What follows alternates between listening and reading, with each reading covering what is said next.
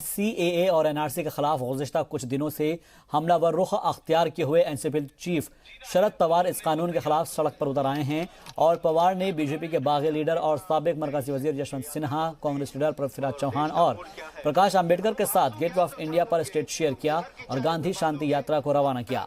मुंबई से शुरू हुई ये यात्रा 3000 किलोमीटर का सफर तय करके 30 जनवरी तक नई दिल्ली के राजघाट तक पहुंचेगी, जहां पर 30 जनवरी को ही महात्मा गांधी की हलाकत हुई थी और वहां पर जाकर यह अख्ताम पजीर होगी।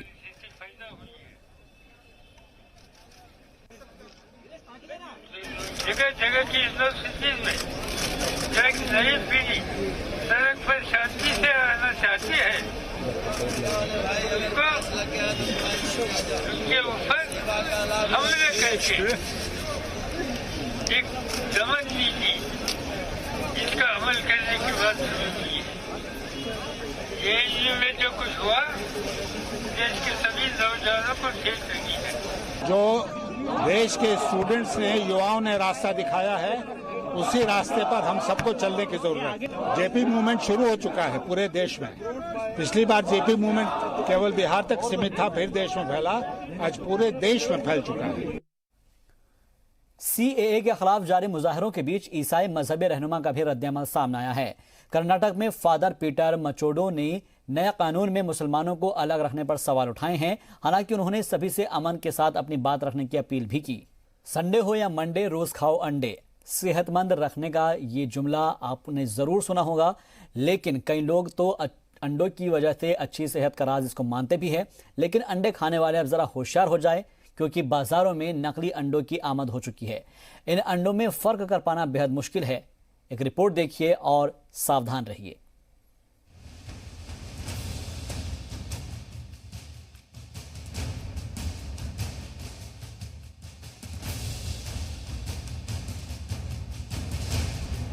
सेहत बनानी हो तो वर्जिश के साथ साथ खान पान का ख्याल भी जरूरी है। बॉडी को प्रोटीन की ज्यादा जरूरत पड़ती है, लिहाजा हम अंडे खाकर प्रोटीन हासिल कर लेते हैं। लेकिन क्या आप जानते हैं कि इन अंडों में भी आजकल केमिकल की मिलावट हो रही है? अब आप सोच रहे होंगे कि क्या चावल और दाल की तरह ही अंडे भी प्लास्टिक के आने लगे? जी जनाब, आप सही सोच रहे हैं, क्योंकि अब बाजार में प्लास्टिक के अंडे भी आ गए हैं, जिनका फर्क आप जब तक समझ पाएंगे तब तक ये अंडे आपके जिस्म में जाकर आपकी सेहत से खिलवाड़ कर चुके होंगे। मुंबई के कांदीवली इलाके में ऐसे ही नकली अंडों का पता चला है। रेगुलर जैसे मैं डाइट के लिए एग्स यूज कर रहा था, तभी मैंने ऑब्जर्व किया कि जो एग्स आ रहे हैं ना रेगुलर, वो पहले जैसे नहीं आ रहे, उसमें कुछ अलग चीज दिख रही है। जैसे कि मैंने एग्स फोड़ा तो उसके बाद उसका बल्क जो है ना वो स्पिल्ट हो रहा था, जो येलो कलर का रहता है वो। सेकेंडली उसके आजू बाजू का जो व्हाइट कलर ये सब रहता है वो बहुत पतला जैसा था। और सेकंड जो उसका छिलका रहता है अंदर का, आप नोट करेंगे छिलका रहता है, उसके अंदर से एक व्हाइट कलर का पतला सा कागज जैसा, प्लास्टिक जैसा कुछ निकल रहा है। और ऐसा सिर्फ इनके साथ ही नहीं हुआ, तमाम लोगों ने शिकायत की कि अंडे नकली आ रहे हैं। हमारे कैमरे के सामने भी इन लोगों ने ऐसे अंडों को जमीन पर फोड़ा तो उसका पीला हिस्सा जमीन पर फैल गया, जबकि असली अंडे में ये पीला हिस्सा तब तक नहीं बिखरता जब तक कि हम क्या आ रहा था। लेकिन जब भी वो अंडा लेके आ रहा था फोड़ने के बाद, वो अंडे हम लोग जब भी खाने जा रहे थे, उसका जरा भी कुछ स्मेल नहीं आ रहा था। और वो अंडे फोड़ने के बाद उसका जो पीला जो ऊपर का स्क्वायर रहता है, वो डालने के बाद वो पूरा स्पिरिट हो जाता था। उस स्पिरिट हो जाने के बाद में फिर हम लोग को आस्ते आस्ते देखना पड़ा कि बाद में वो अंडा सूखने के बाद उसके अंदर से वाइट कलर का कुछ तो प्लास्टिक जैसा हम लोग को निकलते हुए देखा। तो अभी हमारे घर में पूरी अंडा खाना या नहीं खाना, इस तरह से हम लोग सोच सोच के परेशान हो गए। अब फिर तो तमाम लोगों ने अंडों को फोड़कर इस बात की जांच की कि अंडे के अंदर है क्या। तो इन लोगों को भी अंडे के अंदर प्लास्टिक की झिल्ली नजर आई, यानी ये अंडे हकीकत में नकली हैं। लेकिन अभी ये जानना बाकी है कि आखिर नकली अंडा बनता कैसे है। अंदर जो येलो प्रोटीन की जगह जो उसको मिमिक करते हुए सोल्यूशन बनाते हैं, वो केमिकल होता है जिसमें sodium alginate, gelatin, benzoic acid, alum, ये सब चीज़ों को मिला के वो सोल्यूशन बनाया जाता है। उसी में वाइट येलो कलर मिला के उसको येलो कर देते हैं, अदरवाइज ये सोल्यूशन वाइट होता है। तो येलो पार्ट में येलो कलर मिला के इस केमिकल से येलो पार्ट बना दिया जाता है, और ये केमिकल इटसेल्फ वाइट होता है, तो इसका वाइट पोर्शन इसी केमिकल से बन जाता है। इसको कवर करने के लिए एक बहुत ही पतली सी एक कवरिंग होती है जो कि प्लास्टिक की बनी होती है। उसके ऊपर जो आउटर शेल होती है वो कैल्शियम कार्बोनेट की बनी होती है। तो इस तरह एक नकली अंडे का निर्माण होता है। तो देखा आपने अंडे का केमिकल फंडा। जाहिर है अगर ऐसे अंडे आपके घर में आ रहे होंगे और आप उन्हें खा भी रहे होंगे तो उससे आपको फायदा पहुंचना तो दूर, उल्टा नुकसान हो रहा होगा। जो पाचन तंत्र है उसमें नुकसान करता है।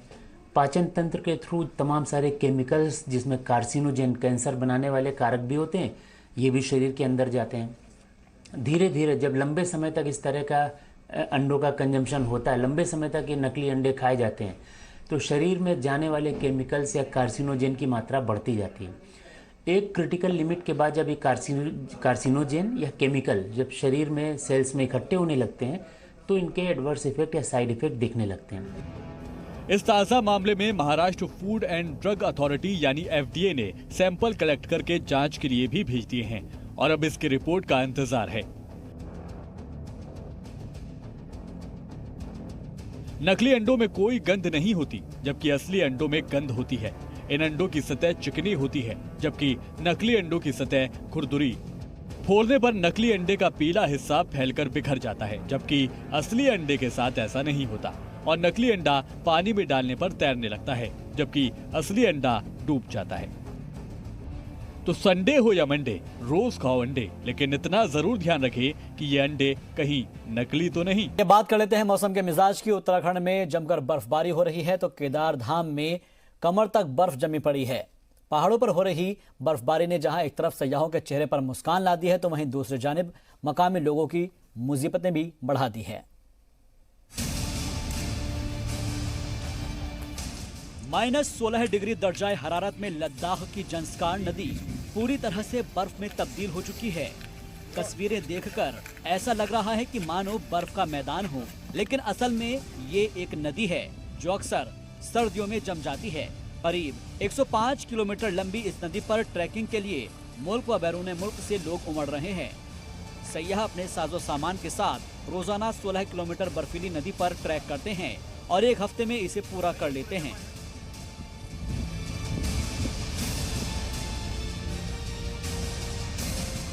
उत्तराखंड के पहाड़ों पर इस बार रिकॉर्ड तोड़ बर्फबारी हुई है। एक बार फिर बर्फबारी का दौर शुरू हो गया है। उत्तराखंड की जन्नत कहे जाने वाले पिथौरागढ़ के मुनस्यारी में नए साल में लगातार बर्फबारी हो रही है। चारों तरफ बर्फ ही बर्फ नजर आ रही है। बर्फबारी ने अगर सयाहों के चेहरे पर मुस्कान ला दी है तो मुकामी लोगों की मुसीबतें भी बढ़ा दी है। पिथौरागढ़ के मुनस्यारी में भारी बर्फबारी से मामूलाती जिंदगी मुतासिर हो गई है। लोगों को बिजली पानी जैसी बुनियादी सहूलत नहीं मिल पा रही है। मुनस्यारी को जोड़ने वाली मेन सड़क बर्फ से ढकी हुई है। इसके सबब सड़क बंद कर दी गई है। सड़क बंद होने से सयाहों को भी काफी परेशानी हो रही है। मुनस्यारी क्षेत्र में जो है काला मुनी क्षेत्र के पास में भारी बर्फबारी से जो है सड़क यातायात बाधित हो गया था। उसको हम लोग खोलने के लिए जेसीबी मशीन्स और अन्य स्नो कटर इक्विपमेंट्स को लगाया गया है। संबंधित विभाग द्वारा इसको जल्दी खोलने की कार्रवाई पूर्ण कर ली जाएगी। मुनस्यारी सड़क बंद होने से मुनस्यारी की यातायात व्यवस्था जो है बाधित, विगत 3 दिनों से सड़क बंद है और यहाँ पर जो है तमाम वैसे भी महंगाई के से लोग यहाँ परेशान है, पूरे देश परेशान है महंगाई से। और जो है खाद्यान्न मुनस्यारी में नहीं पहुँचने से, सड़क बंद होने से ओवर चार्ज जो इधर उधर से लोग ला रहे हैं उसका चार्ज फिर 1.5 गुना महंगा हो रहा है। ये 2-3 दिन के बाद से मौसम एकदम से बदला है और ठंड बहुत बढ़ गई है। लोग बिल्कुल घरों में दुबके हुए हैं और जगह जगह आगों में बैठे हैं। मौसम इतना ख़राब हो गया कि बाहर निकलना दूभर हो गया है। अब सिर्फ बर्फबारी का इंतजार है और उसके बाद शायद मौसम कुछ खुले। जाहिर है भारी बर्फबारी से रास्ता बंद होने की वजह से होटल कारोबारियों को भी नुकसान उठाना पड़ रहा है। इंतजामिया ने सड़क से बर्फ हटाने के लिए मशीनें लगाई हैं। सड़क पर मुसाफिरीन से भरी हुई एक गाड़ी के फंस जाने पर जेसीबी ने खींचकर उसे ऊपर पहुंचाया। फिलहाल पिथौरागढ़ में दर्जाए हरारत 0 के आसपास बना हुआ है। फिलहाल पिथौरागढ़ में दर्जाए हरारत 0 के आसपास बना हुआ है। केदारनाथ धाम में भी कुछ दिनों की राहत के बाद भारी बर्फबारी से चारों तरफ सफेद चादर सी बिछ गई। घर की छतें हों, सड़कें हों, दरख्त हो या पहाड़, हर जगह सिर्फ बर्फ ही बर्फ नजर आ रही है। केदारनाथ समेत जिले के दीगर हिस्सों में जोरदार बर्फबारी से मामूलात जिंदगी धर्म भरम हो गई है। जगहों पे अलाव की व्यवस्था कर रखी है और जो गरीब लोग हैं सड़क में इधर उधर, उनको मतलब कर्मचारी सब लोग रात को इकट्ठा करके रेन बसेरा में उनकी व्यवस्था कर रखी है और कंबल बिस्तर खाने की सब व्यवस्था कर रखी है। दिसंबर में अच्छी बर्फबारी होने के बाद अब जनवरी के पहले हफ्ते में भी भारी बर्फबारी होने से बालाई इलाकों में चारों तरफ बर्फ ही बर्फ नजर आ रही है। केदारनाथ में पहले से 5 फीट बर्फ मौजूद थी, जबकि 2 दिनों में यहाँ 2 फीट से ज्यादा ताजा बर्फ गिर गई है। लिहाजा केदारनाथ में करीब 7 फीट बर्फ हो गई है। ब्यूरो रिपोर्ट, जी मीडिया। तो देखा आपने कि कहां पर बर्फ पड़ रही है, लेकिन अगर अब बात हम हिमाचल की करें तो यहां पर भी कई इलाकों में जबरदस्त बर्फबारी का दौर जारी है। शिमला, मनाली और नरकंडा में जो टेम्परेचर है वो माइनस में चला गया है। रिपोर्ट देखिए।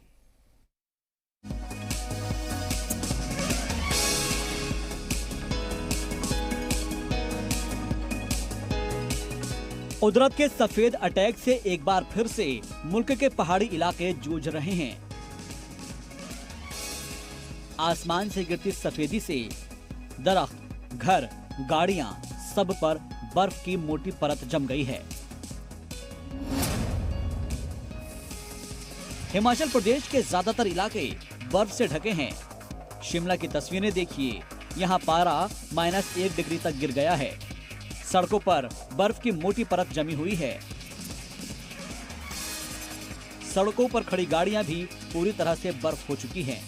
बेंच पर मौजूद इस बर्फ की परत से अंदाजा लगाना मुश्किल नहीं है कि यहाँ पर बर्फ कितनी मिकदार में गिरी होगी।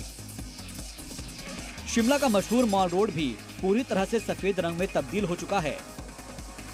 शिमला का चर्च ये दिख रहा है। टूरिस्ट भले ही कुदरत के इस खूबसूरत नजारे का पूरी तरह से लुत्फ उठा रहे हों, लेकिन बर्फ से मुश्किलें भी बहुत सी खड़ी हो चुकी हैं। सड़कों पर बर्फ की वजह से गाड़ियों की आमदोरफ्त ठप पड़ गई है।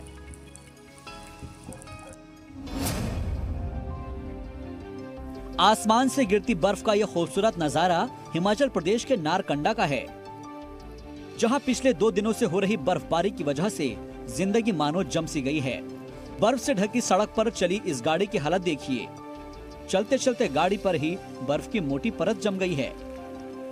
रास्तों पर फिसलन है, लिहाजा बहुत एहतियात के साथ ही कार को चलाना पड़ रहा है।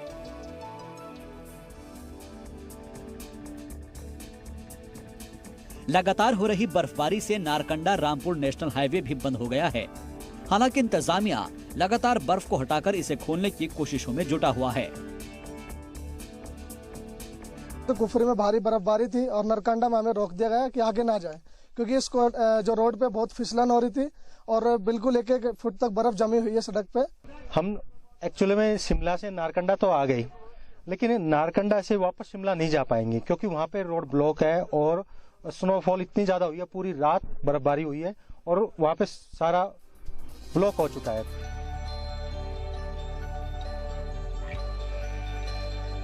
बर्फ की दुनिया कैसी दिखती है, ये कुल्लू के मणिकरण वादी को देखकर इसका एहसास हो सकता है। मणिकरण में लगातार बर्फबारी हो रही है, जिससे चारों तरफ सिर्फ बर्फ ही बर्फ नजर आ रही है। घरों पर बर्फ जमी है, बाहर पड़ी कुर्सियां और मेज भी पूरी तरह से बर्फ से ढक चुकी हैं।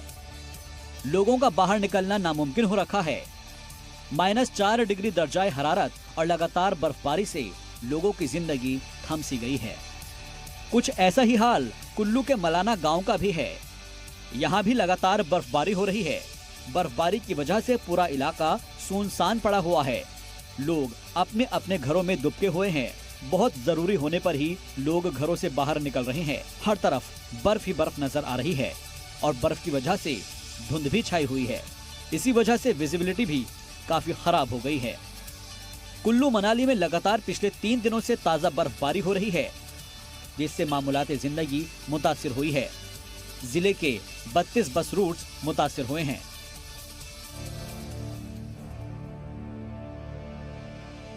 अब हिमाचल प्रदेश के एक और टूरिस्ट स्पॉट मनाली की तस्वीरें देखिए। मनाली को देखकर तो ऐसा लग रहा है कि जैसे विंटर वंडरलैंड हो। कम से कम दर्जाए हरारत -8 डिग्री तक जा गिरा है। इस कार को देखकर ये अंदाजा लगाना मुश्किल नहीं कि यहाँ कितनी बर्फबारी हुई है। हिमाचल प्रदेश में वेस्टर्न डिस्टर्बेंस के चलते पिछले 48 घंटों से लगातार बर्फबारी का दौर कई सारे इलाकों में जारी है। इस वक्त हम पर्यटन नगरी मनाली में मौजूद हैं और मनाली में भी क्या मौजूदा सूरत हाल है, आइए तस्वीरों के जरिए आपको समझाने की कोशिश करेंगे। पिछले 48 घंटों से लगातार बर्फबारी का दौर यहां पर जारी है। इस वक्त हम मनाली लेह नेशनल हाईवे पर हैं और आप तस्वीरों में देख सकते हैं कि यहां पर जो है किस कदर बर्फ की सफेद मोटी परत जो है यातायात को प्रभावित कर चुकी है। हालांकि यही नजारा जो है मनाली को जोड़ने वाली तमाम सड़कों का है। कहीं ना कहीं यहाँ पर बर्फबारी का दौर अब भी जारी है। ऐसे में मनाली को जोड़ने वाली लेफ्ट राइट बैंक की जो सड़कें हैं, चाहे वो नेशनल हाईवे हो या फिर स्टेट हाईवे हो, वो अब यातायात के लिए बाधित हो चली हैं। कहीं ना कहीं सैलानियों को और स्थानीय लोगों को परेशानी का सामना इसमें करना पड़ रहा है। कुछ एक टूरिस्ट हैं, आइए उन्हीं से जान लेते हैं। जैसे कि ये राजमार्ग है जो इसे जोड़ता है आगे रोहतांग वगैरह से, तो वो तो पहले से ही बंद है, लेकिन अभी जो मनाली के आसपास के जो पॉइंट्स हैं वो भी बर्फबारी के चलते बिल्कुल बंद हो गए। तो सैलानी एक तरीके से जो है सिर्फ मनाली शहर में फंस कर रह जाते हैं। देखिए, सबसे पहली बात तो हम लोग को यहाँ आने में परेशानी हो गई। हम लोग का होटल बुक था ऊपर में, गाड़ी मनाली से पहले ही रह गई। वहाँ से हम लोग का रास्ता पूरा ब्लॉक था। रास्ता मतलब दिन से एक्सीडेंट नहीं हुआ। हम लोग को दूसरी गाड़ी करके कैसे मतलब रात के 1 बजे हम लोग ठंडे में ऊपर आए।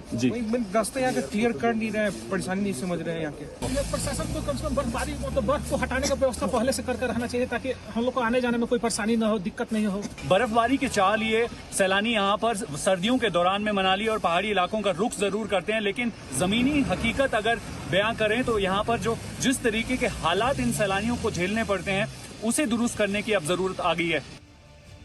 बर्फबारी के सबब मनाली सोलांग हाईवे पर ट्रैफिक जाम हो गया। रात में गाड़ियों की लंबी लंबी लाइनें लग गई। गाड़ियों की हेडलाइट्स में भी आप बर्फ गिरती देख सकते हैं। भारी बर्फबारी को देखते हुए इंतजामिया ने एडवाइजरी जारी की है। मुकामी लोगों और सयाहों को नदी नालों से दूर रहने और बर्फबारी वाले इलाकों की जानिब रुख न करने की अपील की है। महकमे मौसमियात ने 6 से 9 जनवरी तक हिमाचल प्रदेश में भारी बर्फबारी और बारिश का इंतबाह दिया है। रियासत के कई इलाकों में -डिग्री का टेम्परेचर चल रहा है। ब्यूरो रिपोर्ट, जी मीडिया।